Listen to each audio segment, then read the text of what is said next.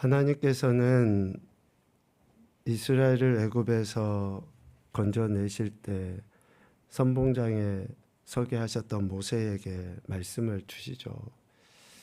그 말씀에 여러 가지 내용이 있지만 특별한 한 가지는 하나님을 섬기는 제사장들은 어느 족속 누구여야 한다라는 것, 하나님이 세우실 그 성막, 성전을 섬기는 지파들은 누구여야 한다라고 하는 것을 분명하게 말씀하셨습니다.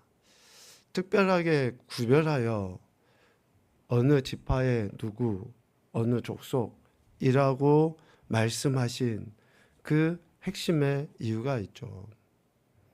그냥 내가 마음에 좀 드니까, 저들이 내 말을 좀 잘 들으니까, 저 사람 좀 착하니까, 저 사람 뭔가 좀 표현이 싹수가 있어 보이니까, 이런 게 아니에요. 하나님이 우리 인간같이 감정대로 자기가 그냥 기분 내키는 대로 마음대로 결정해서 행하시는 분이 결코 아니시죠. 민수기 3장에 나와 있는 것과 같이 제사장은 아론의 자손들이어야 한다.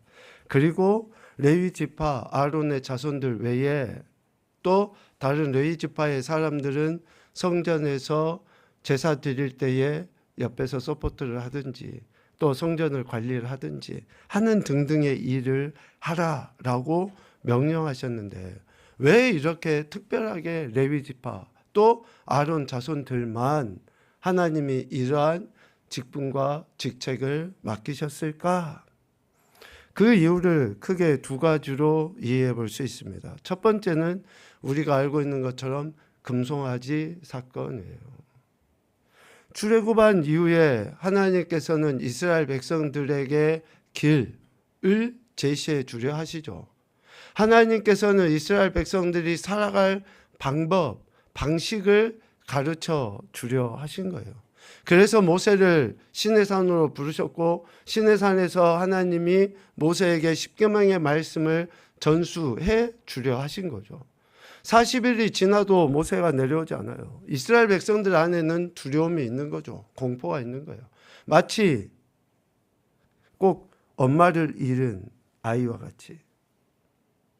그러니까 그들 안에 어쩌면 이런 순수함이 더 하나님께 나가고 더 하나님을 향해서 하나님 도와주십시오. 하나님 두렵습니다. 라고 외치면 얼마나 좋습니까? 그런데 그들 안에 있는 두려움이 어디로 나타납니까? 그들 안에 있는 공포와 그들 안에 있는 염려, 근심, 걱정이 어디로 드러나요? 눈에 보이는 어떠한 형상을 찾은 거예요. 하나님께서 저들을 애굽에서 건져내 주셨음에도 불구하고 눈에 보이는 모세가 없으니 눈에 보이는 어떠한 형상이 필요했던 거죠. 그래서 금송아지를 만들어서 이것이 자신들을 애굽에서 건져낸 신이다라고 추앙했던 거죠. 이렇게 금송아지를 만들어서 추앙했던 그들, 하나님이 가장 싫어하는 행태와 행동을 보인 저들을 하나님은 심판하려 하실 때에 민수기 32장 26절에 나온 것처럼 여호와의 편에 선 자가 누굽니까? 레위 자손이 여호와의 편에 선 거예요. 저들을 심판하려 할 때에 하나님의 심판의 도구로 손을 든 자들이 누구였습니까? 레위 자손이었다라는 거예요. 이스라엘은 한 형제지간이잖아요. 아브라함의 후손들은 다 혈통으로 하나예요. 지파가 나눠져 있어도 일가 친척인 것이죠. 그런데 레위 사람들이 하나님의 뜻을 거역한 다른 형제들을 심판의 도구로 손을 들었다. 저들의 마음이 과연 어떠할까? 쉽게 결정했을까요? 쉽게 저들이 손을 들고 다른 11지파를 치는 데 있어서 자신들이 도구로 쓰임받는 데 있어 아무런 꺼리낌이나 불편함이 없었을까요? 그럼에도 하나님의 거룩하심과 하나님의 뜻을 드러내기 위해서 레위 지파는 손을 들고 결단한 거죠. 인간적인 감정 얼마든지 있을 수 있어요. 그러나 아무리 동족이라 할지라도 우상 숭배에 가담하는 자들을 심판하는 데 있어서 앞장서고 헌신한 레위 지파 사람들. 여러분, 뭐가 더 중요합니까? 인간적인 정이 중요합니까? 하나님의 뜻이 중요합니까? 상황이 중요합니까? 하나님 말씀이 중요합니까? 내 생각, 내 형편이 중요합니까? 하나님이 내게 기대하시는 바가 중요합니까? 뭐가 중요한 거예요? 지금 레위 지파 사람들은 아무리 인간적인 정이 있고 또 그럴 만한 사정이 있었어, 상황이 있었어 라고 이해하려고 하는 것보다 하나님의 말씀, 하나님의 거룩을 지키는 것이 더 우선이라고 여긴 거죠. 그래서 손을 들고 자원하는 거 아니겠습니까? 이렇게 금송아지 사건 때 하나님 앞에 선 것, 그것을 하나님은 기억하시는 거죠. 하나님의 거룩하심을 해치는 그 어떤 것도 용납하지 아니하는 그 믿음의 단호함. 오늘 우리에게도 그런 믿음의 단호함이 있는지 우리가 생각해 볼 필요가 있죠. 수없이 많은 세상의 것들을 우리가 허용하고 용납하고, 허용 용납 정도가 아니라 더 적극적으로 그것들을 못 따라가서 막 그냥 우리가 안달인 경우가 있지 않습니까? 예수 믿는 사람들 입에서도 자주 쓰는 이야기가 세상 사람들 다 그래. 다른 집도 다 그래. 아니, 다른 집도 다 그러고 세상 사람 다 그래도 그것이 하나님의 말씀에 옳지 아니하면 우리는 단호함이 있어야 되는 거 아니에요? 우리는 그 단호함을 하나님 앞에 보여야 되는 거 아닙니까? 아무리 세상 사람들이 이렇군 저렇군 이야기하면서 99%가 그렇게 한다 해도 하나님의 말씀이 아니라고 하며, 이것이 하나님을 거역하는 것이라고 하며, 하나님의 거룩을 침해하는 금송아지 우상을 만들어서 섬기는 것이라고 하면 단호함이 있어야죠. 또 한 가지의 이유는 하나님께서 이스라엘을 애굽에서 건져내실 때에 애굽의 모든 장자들을 치셨잖아요. 그럴 때 이스라엘의 장자는 살려주십니다. 그 이스라엘의 모든 처음 난 사람, 장자는 하나님의 소유라고 하나님이 선언하셨기 때문에 그래요. 출애굽기 13장 2절 말씀에 보면 이렇게 돼 있죠. 이스라엘 자손 중에서 사람이나 짐승을 막론하고 태에서 처음 난 모든 것은 다 거룩히 구별하여 내게 돌리라. 이는 내 것이다. 하나님의 것이라고 이야기한 거예요. 대표성이죠. 대표성. 애굽의 모든 장자, 바로의 아들 장자로부터 그 짐승의 모든 장자, 첫 새끼는 다 어때요? 죽임을 당했지만 하나님께서 택하신 이스라엘의 처음 난 자들은 모든 것들이 다 생명을 유지하고 얻게 되죠. 이렇게 하나님은 그 장자의 명분을 소중하게 여기시고 이스라엘 공동체 속에 하나님 앞에 제사하는 특별한 영적 권위를 누구에게 부여하신 거예요? 레위 지파 사람들에게 부여하신 거예요. 혹시 여러분 가정에서 여러 형제들이 있을 수도 있지만 지금 내가 신앙생활을 혼자 하고 있어서 외롭다. 또 우리 집에 처음 내가 예수님 믿는 사람이어서 좀 그렇다 라고 혹여나 생각이 든다 그러면 오늘 말씀을 통해 위로받으시기를 바랍니다. 네. 여러분들이 지금 믿음의 처음은 결국 뭐예요? 다른 믿지 아니하는 형제들보다 지금 여러분들에 대한 하나님의 특별한 주권이 있다는 것을 의미합니다. 특별한 조건에 의해서 지금 우리가 비록 다른 형제들 안 믿기 때문에 핍박도 받고 또 싫은 소리로 들을 때도 참 많이 있지만 이것은 하나님이 나를 특별히 사랑하신, 오늘 레위 자손, 레위 지파 사람들과 같이 특별히 하나님이 나를 구별하셔서 하나님께 제사하고 예배하는 자로 세우셨다고 하는 엄청난 축복인 줄로 믿습니다. 이렇게 특별한 은혜로 하나님의 제사장의 직분을 감당하게 된 레위 지파의 아론의 자손들, 그리고 그 공동체를 섬기고 있는 다른 레위 족속들, 이렇게 구별되었음에도 불구하고, 구별되어서 하나님을 섬기는 직분을 가졌음에도 불구하고 그들로 인해서는 7장 11절에 보니 온전함을 얻을 수 없다라고 이야기해요. 레위 계통의 제사 직분으로 말미암아 온전함을 얻을 수 있었으면, 그러니까 레위 지파, 그러니까 레위 계통의 제사 직분으로 말미암아서는 온전함을 얻을 수 없다는 거예요. 아무리 금송아지 사건 때 하나님 편에 서서 자신의 동족 이스라엘을 우상 숭배의 죄로 처단하는 데 앞장섰다 할지라도, 또 다른 이스라엘 족속들의 대표가 된다 할지라도, 이런 특별한 은혜를 경험했다 해도 그들의 제사 직분으로는 온전함을 얻을 수 없다.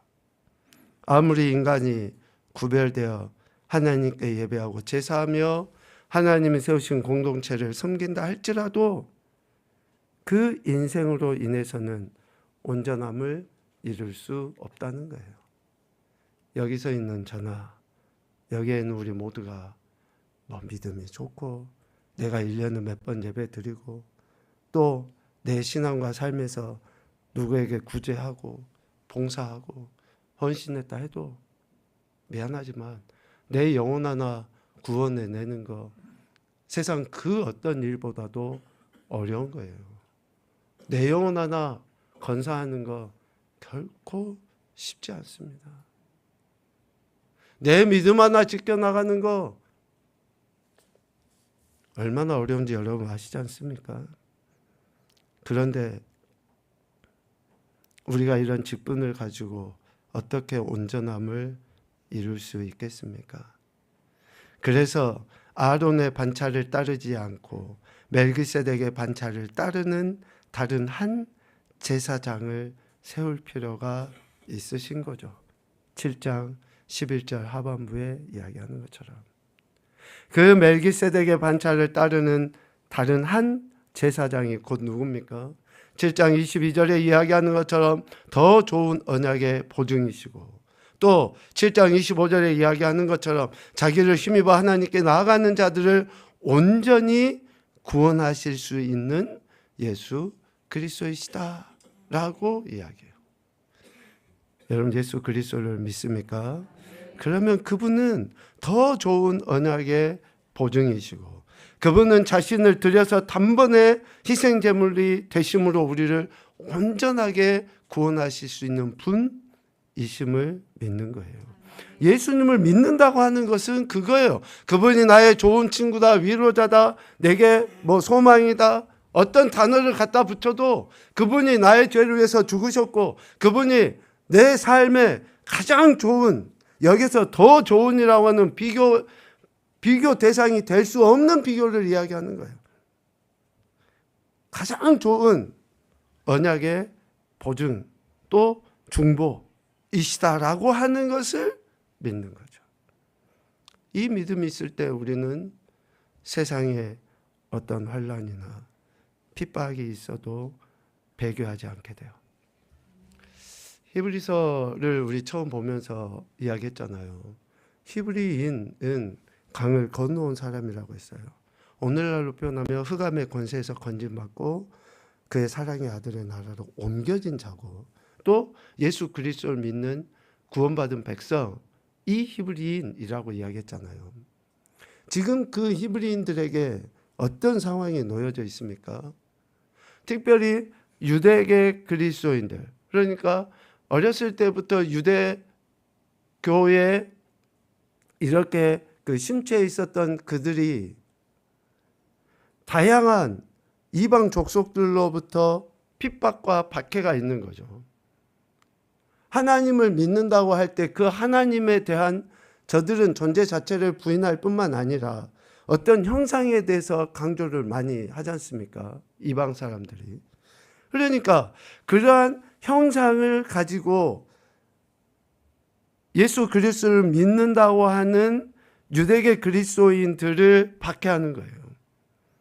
그들에게, 즉 이러한 박해와 핍박이 있는 저들에게 오늘 히브리서 기자는 더 좋은 언약의 중보자이신 예수 그리스도를 증거함으로 인해 어떠한 형상도 아니고 어떠한 율법도 아니고 실질적으로 그가, 즉 예수 그리스도께서 우리를 위해서 행하신 그 일이 무엇인가 라고 하는 것을 증거하면서 배교하지 아니하고 끝까지 믿음을 지켜나갈 수 있도록 위로하고 권면하고 있습니다. 오늘 우리가 읽은 8장 1절 말씀에 보면 이렇게 되죠. 지금 우리가 하는 말의 요점은 이러한 대제사장이 우리에게 있다는 것이다. 그러니까 히브리서 기자가 지금 강조해서 하고 있는 이야기가 뭐예요? 강조해서 하고 있는 이야기가 이러한 대제사장이 우리에게 있다. 그러면 이러한이라고 하는 이야기는 앞서 7장에서 이야기하는 그 모든 내용을 지금 그 결론적으로 표현하는 메시지 아니겠습니까? 그러니까 더 좋은 언약의 보증이시고 자기 자신을 먼저 온전히 단번에 들이심으로 완전한 구원에 이르도록 하시는 그 일을 감당하신 예수 그리스도. 레위 계통의 제사 직분이 아니라 멜기세덱의 반차를 따르는 그 대제사장. 이라고 지금까지 이야기했던 그 대제사장이신 예수님에 대해서 이야기하는 거죠. 그 예수님이 우리에게 있다는 것이다 라고 강조해서 이야기합니다. 여기에서 우리에게 있다라고 하는 말의 헬라어 의미는 소유하다, 내 안에 간직하다 그런 의미예요. 내 안에 간직하다. 그러니까 주로 어떤 신분이나 그 상태, 그 정체성을 표현하는 데 쓰는 단어가 헬라어 에코라는 우리에게 있다라는 그 의미거든요. 그러니까 7장에서 언급한 이러한 예수 그리스도, 대제사장이신 예수 그리스도께서 지금 우리 안에, 내 안에 계시다라고 하는 것을 히브리서 기자는 강조해서 이야기하고 있습니다.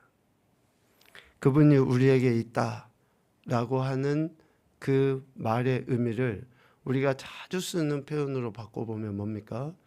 임마누엘이에요, 임마누엘. 네. 그분이 지금 우리와 함께 하시다. 그분이 지금 내 안에 계시다. 라고 하는 것을 임마누엘이라고 하죠.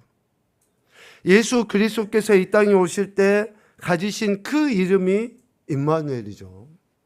또 모든 공생의 사역을 마치시고 부활 승천하시면서 제자들에게 하신 약속의 말씀도 임마누엘이에요. 오늘 히브리서 기자를 통해서 히브리인들에게 오늘 우리에게 하시고자 하신 그 말씀의 요지도 임마누엘이에요. 임마누엘. 그분이 지금 우리와 함께 계시다. 구약 이스라엘 백성들이 제사를 드릴 때는 어떻습니까? 성전을 짐승을 가지고 이끌고 가서 거기 가서 제사 드리고 거기에서 조금이라도 하나님의 임재함을 경험하면 엄청난 축복이고 또 삶의 현장에 돌아와서는 하나님이 계신지 안 계신지조차도 모르고 살아갔는데 지금 아론의 반차를 따르지 아니하고 멜기세덱의 반차를 따르는 대제사장이신 예수 그리스도께서 우리 안에 계시다라고 하는 것은 어때요? 더 이상 구약의 그 어떤 제사가 아니라 자신을 단번에 들이심으로 말미암아 우리에게 온전한 구원을 베풀어 주신 그분의 놀라운 은혜다라고 하는 것을 고백하고 있는 거죠. 하나님의 함께 하심을 믿으시기 바랍니다. 그것도 나의 죄를 위해서 죽으시고 다시 살아나신 그 하나님, 그 예수 그리스도께서 영으로서 나와 함께 하시는 거예요. 이보다 더 큰 축복이 어디 있습니까? 왜 우리가 이 세상을 보면서 두려워합니까? 왜 우리가 이 세상의 풍조를 보면서 따라가려 하든지 또 아니면 되려 염려하고 걱정하고 그렇게 살아갑니까? 내 안에 대제사장이신 예수 그리스도가 계시다고 하는 생각을 우리가 잊어먹고 사니까 그러는 거예요. 그분이 나를 위해서 죽으시고 나에게 베풀어 주신 그 은혜를 우리가 망각하고 살아가니 우리가 이런 두려움이 생기는 거고 염려하는 것이죠. 이러한 대제사장, 그분은 8장 1절 하반부에 보니 그는 하늘에서 지극히 크신 이의 보좌 우편에 앉으셨으니 2절 성소와 참 장막에서 섬기는 이시라 라고 말씀합니다. 단번에 자기를 들여 온전하게 구원에 이르게 하는 영원히 온전하게 되신 예수 그리스도께서는 하늘에서 지극히 크신 이의 보좌 우편에 앉으셔서 성소와 참 장막에서 섬기는 일을 하신다라고 분명히 이야기해요. 그러니 예수 그리스도를 믿는 이들은 이 땅에서의 어떠한 형상이나 어떠한 모형이나 또 어떠한 제사의 형식이나 이런 것에 구애받지 아니해도 된다라고 하는 것을 이야기합니다. 이런 이야기를 하면서 오늘 5절에 그 이야기를 하죠. 그들이 섬기는 것은 하늘에 있는 것의 모형과 그림자다. 그러니까 이전에 이미 아론의 반차를 따르는 제사장들이 행했던 그 모든 제사와 또 모든 성전과 성막을 섬겼던 것들은 결국 하늘의 것의 모형과 그림자에 불과하다. 그러나 하늘에서 지극히 크신 이의 보좌 우편에 앉으셔서 성소와 참 장막에서 섬기시는 예수 그리스도 대제사장이신 그분은 그보다 더 좋은 언약에, 그래서 6절에 이야기합니다. 더 아름다운, 더 좋은. 그러니까 그분이 바로 우리 인생이 갈망하고 추구하는 온전에 이르는 그 구원의 은혜를 베풀어 주시는 참 섬기시는 이라고 히브리서 기자는 이야기하고 있습니다. 예수님은 더 좋은 성전에서 더 아름다운 직분을 맡으셨고 더 좋은 언약을 우리에게 주시는 분인 줄로 믿습니다.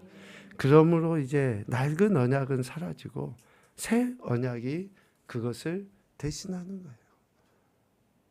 여러분, 눈에 보이는 어떤 형상, 이것은 여전히 더 좋은 것을 갖고 있음에도 불구하고 좋지 않은 것을 추구하는 정말 어리석은 모습과 같습니다.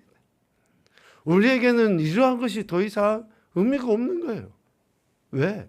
이미 완전하게 이루신 더 아름답고 더 좋은 직분과 언약의 중보자이신 예수 그리스도께서 이 모든 일을 하셨는데 우리가 어떤 형상을 구한다든지 어떤 형식에 얽매인다고 하면 얼마나 안타깝겠습니까?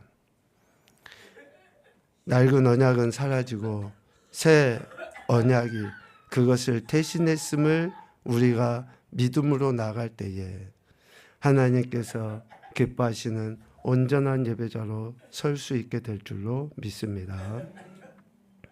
마지막 한 가지 더 이야기하면 이렇게 대제사장이신 예수님은 앞서 이야기한 것처럼 더 좋은 언약, 새 언약의 중보자시다라고 이야기했잖아요. 하나님께서는 예레미야 선지자를 통해서 이스라엘 백성의 그 패망의 이유를 이야기해요. 에스겔 선지자를 통해서도 왜 북이스라엘과 남유다가 멸망했는지의 그 이유를 말씀하십니다. 결국 저들이 마음에 하나님의 말씀을 두지 아니함 때문에 결국 저들의 멸망 또 패망이 이루어졌다는 것을 선지자들을 통해서 계속 강조해서 이야기합니다. 오늘 히브리서 기자는 예레미야 선지자를 통해 하나님께서 선포하신 그 말씀을 인용해서 더 좋은 언약의 중보자이신 예수 그리스도, 하나님께서 약속하신 새 언약에 의해 저들에게 참 소망이 있다라고 하는 것을 다시 한번 주지시켜 주고 있습니다. 우리 예레미야 31장 31절부터 34절까지 말씀을 읽겠는데요. 오늘 히브리서 8장 8절부터 12절까지에 나온 내용과 동일한 내용입니다. 예레미야 말씀을 같이 읽겠습니다. 시작.